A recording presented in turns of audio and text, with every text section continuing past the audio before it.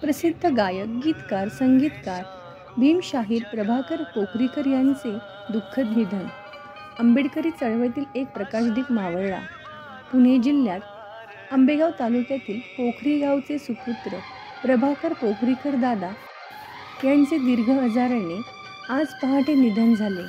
त्यांनी आपल्या सुमधुर आणि ओजस्वी आवाजातून सामाजिक परिवर्तनाचा आवाज उठवला. आज त्यांच्या जाण्याने आंबेडकरी चळवळीतील एक सशक्त आवाज काळाच्या पडद्याआड गेला. जीवाला जीवाचं दान माझ्या भीमाने दिले आणि छाती ठोक हे सांगू जगाला यांसारख्या गाण्यांमधून त्यांनी चळवळीला ऊर्जा दिली. हजारो तरुणांना प्रेरित केले. त्यांनी संपूर्ण आयुष्य आंबेडकरी विचारांच्या प्रचारासाठी वाहून घेतले.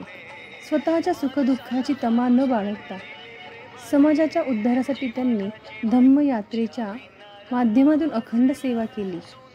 आज त्यांच्या जाण्याने त्यांच्या चाहत्यांवर, समाजावर शोककळा पसरली आहे. प्रभाकर पोखरीकर दादा फक्त नावाने नाही तर त्यांच्या गाण्यांमधून, त्यांच्या विचारांमधून आणि त्यांच्या आवाजातून कायम जिवंत राहतील. त्यांना आमच्या न्यूज टीमकडून भावपूर्ण श्रद्धांजली.